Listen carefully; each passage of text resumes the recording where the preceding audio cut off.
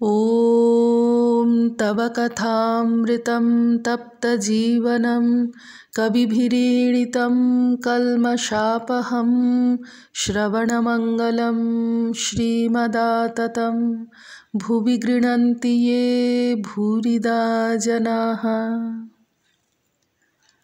দক্ষিণেশ্বরে শ্রীরামকৃষ্ণ ভক্ত সঙ্গে 1883 19শে ডিসেম্বর। ঠাকুর শ্রীরামকৃষ্ণ পঞ্চবটী তলায় মণির সহিত কথা কহিতেছেন। বেলা প্রায় 10টা হইল। মণি: আজ্ঞা, নিরাকার সাধন কি হয় না? শ্রীরামকৃষ্ণ: হবে না কেন? ও পথ বড় কঠিন। আগেকার ঋষিরা অনেক তপস্যার দ্বারা বোধ করত, ব্রহ্ম কি বস্তু অনুভব করত। ঋষিদের খাটুনি কত ছিল! নিজেদের কুটির থেকে সকালবেলা বেরিয়ে যেত, সমস্ত দিন তপস্যা করে সন্ধ্যার পর আবার ফিরত, তারপর এসে একটু ফলমূল খেত। এ সাধনে একেবারে বিষয়বুদ্ধির লেশমাত্র থাকলে হবে না। রূপ, রস, গন্ধ, স্পর্শ, শব্দ এসব বিষয় মনে আদপে থাকবে না, তবে শুদ্ধ মন হবে। সেই শুদ্ধ মনও যা, শুদ্ধ আত্মাও তা। মনেতে কামিনী কাঞ্চন একেবারে থাকবে না। তখন আরেকটি অবস্থা হয়, ঈশ্বরই কর্তা, আমি অকর্তা। আমি না হলে চলবে না এরূপ জ্ঞান থাকবে না, সুখে দুঃখে। একটি মঠের সাধুকে দুষ্ট লোকে মেরেছিল। সে অজ্ঞান হয়ে গেছিল। চৈতন্য হলে যখন জিজ্ঞাসা করলে, কে তোমায় দুধ খাওয়াচ্ছে? সে বলেছিল, যিনি আমায় মেরেছেন তিনিই দুধ খাওয়াচ্ছেন। মণি: আজ্ঞা হাঁ, জানি। শ্রীরামকৃষ্ণ: না, শুধু জানলে হবে না, ধারণা করা চাই। বিষয় চিন্তা মনকে সমাধিস্থ হতে দেয় না। একেবারে বিষয়বুদ্ধি ত্যাগ হলে স্থিত সমাধি হয়। আমার স্থিত সমাধিতে দেহত্যাগ হতে পারে, কিন্তু ভক্তি ভক্ত নিয়ে একটু থাকবার বাসনা আছে, তাই একটু দেহের উপরেও মন আছে। আর এক আছে উন্মনা সমাধি, ছড়ানো মন হঠাৎ কুড়িয়ে আনা। ওটা তুমি বুঝেছ? মণি: আজ্ঞা হাঁ।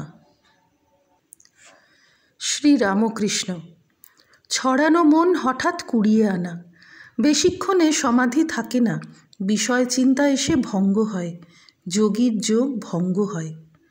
ও দেশে দেয়ালের ভিতর গর্তে নেউল থাকে, গর্তে যখন থাকে বেশ আরামে থাকে।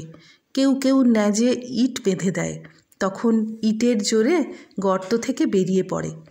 যতবার গর্তের ভিতর গিয়ে আরামে বসবার চেষ্টা করে, ততবারই ইটের জোরে বাইরে এসে পড়ে। বিষয় চিন্তা এমনি যোগীকে যোগভ্রষ্ট করে। বিষয়ী লোকদের এক একবার সমাধির অবস্থা হতে পারে। সূর্যোদয়ে পদ্ম ফোটে, কিন্তু সূর্য মেঘেতে ঢাকা পড়লে আবার পদ্ম মুদিত হয়ে যায়, বিষয় মেঘ। মণি: সাধন করলে জ্ঞান আর ভক্তি দুই কি হয় না? শ্রীরামকৃষ্ণ: ভক্তি নিয়ে থাকলে দুইই হয়। দরকার হয় তিনিই ব্রহ্মজ্ঞান দেন। খুব উঁচু ঘর হলে একাধারে দুইই হতে পারে। প্রণামপূর্বক মণি বেলতলার দিকে যাইতেছেন। বেলতলা হইতে ফিরিতে দুপ্রহর হইয়া গিয়াছে। দেরি দেখিয়া শ্রীরামকৃষ্ণ বেলতলার দিকে আসিতেছেন। মণি শতরঞ্চি আসন জলের ঘটি লইয়া ফিরিতেছেন। পঞ্চবটীর কাছে ঠাকুরের সহিত দেখা হইল। তিনি অমনি ভূমিষ্ঠ হইয়া ঠাকুরকে প্রণাম করিতেছেন।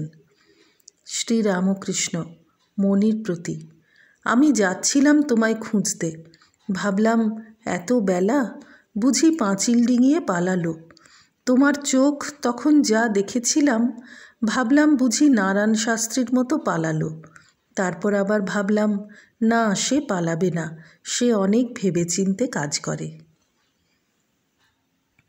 পঞ্চদশ পরিচ্ছেদ। আবার রাত্রে শ্রীরামকৃষ্ণ মণির সহিত কথা কহিতেছেন। রাখাল, লাটু, হরিশ প্রভৃতি আছেন। শ্রীরামকৃষ্ণ মণির প্রতি: আচ্ছা, কেহ কেহ কৃষ্ণলীলার অধ্যাত্ম ব্যাখ্যা করে, তুমি কি বলো?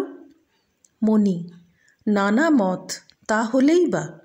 ভীষ্মদেবের কথা আপনি বলেছেন, শরশয্যায় দেহত্যাগের সময় বলেছিলেন, কেন কাঁদছি? যন্ত্রণার জন্য নয়। যখন ভাবছি যে সাক্ষাৎ নারায়ণ অর্জুনের সারথি হয়েছিলেন, অথচ পাণ্ডবদের এত বিপদ, তখন তাঁর লীলা কিছুই বুঝতে পারলাম না, তাই কাঁদছি। আবার হনুমানের কথা আপনি বলেছিলেন, হনুমান বলতেন, আমি বার, তিথি, নক্ষত্র ওসব জানি না, আমি কেবল এক রাম চিন্তা করি। আপনি তো বলেছেন, দুটি জিনিস বইতো আর কিছু নাই, ব্রহ্ম আর শক্তি। আর বলেছেন, জ্ঞান হলে ওই দুইটি এক বোধ হয়, যে একের দুই নাই। শ্রীরামকৃষ্ণ: হাঁ বটে। চিজ নেবে তা কাঁটাবন দিয়েই হোক আর ভালো রাস্তা দিয়ে চলে গিয়েই হোক। নানা মত বটে। ন্যাংটা বলতো, মতের জন্য সাধু সেবা হলো না।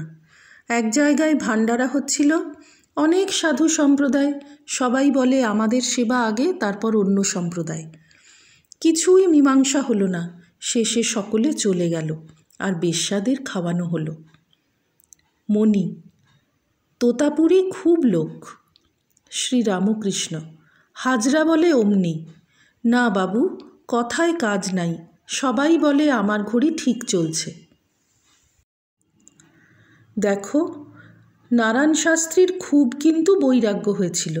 অত বড় পণ্ডিত, স্ত্রী ত্যাগ করে নিরুদ্দেশ হয়ে গেল। মন থেকে একেবারে কামিনী কাঞ্চন ত্যাগ করলে তবে যোগ হয়। কারু কারু যোগের লক্ষণ দেখা যায়। তোমায় ষটচক্রের বিষয়ে কিছু বলে দিতে হবে। যোগীরা ষটচক্র ভেদ করে তাঁর কৃপায় তাঁকে দর্শন করে। ষটচক্র শুনেছ? মণি: বেদান্ত মতে সপ্তভূমি। শ্রীরামকৃষ্ণ: বেদান্ত নয়, বেদমত। ষটচক্র কীরকম জানো? সূক্ষ্ম দেহের ভিতর সব পদ্ম আছে, যোগীরা দেখতে পায়, যেমন মোমের গাছের ফল পাতা। মণি: আজ্ঞা হাঁ, যোগীরা দেখতে পায়। একটা বইয়ে আছে, একরকম কাচ আছে, তার ভিতর দিয়ে দেখলে খুব ছোট জিনিস বড় দেখায়, সেইরূপ যোগের দ্বারা ওইসব সূক্ষ্ম পদ্ম দেখা যায়। শ্রীরামকৃষ্ণ পঞ্চবটীর ঘরে থাকিতে বলিয়াছেন, মণি ওই ঘরে রাত্রিবাস করিতেছেন। প্রত্যুষে ওই ঘরে একাকী গান গাহিতেছেন। গৌর হে, আমি সাধন ভজনহীন, পরশে পবিত্র করো আমি দীনহীন। চরণ পাবো পাবো বলে হে, চরণ তো আর পেলাম না গৌর, আমার আশায় আশায় গেল দিন। হঠাৎ জানালার দিকে দৃষ্টিপাত করিয়া দেখেন শ্রীরামকৃষ্ণ দণ্ডায়মান। পরশে পবিত্র করো আমি দীনহীন, এই কথা শুনিয়া তাহার চক্ষু কি আশ্চর্য অশ্রুপূর্ণ হইয়াছে। আবার একটি গান হইতেছে, আমি গেরুয়া বসন অঙ্গেতে পরিব, শঙ্খের কুণ্ডল পরি, আমি যোগিনীর বেশে যাব সেই দেশে, যেথায় নিঠুর হরি। শ্রীরামকৃষ্ণের সঙ্গে রাখাল বেড়াইতেছেন। পরদিন শুক্রবার 21শে ডিসেম্বর, 7ই পৌষ, কৃষ্ণা অষ্টমী।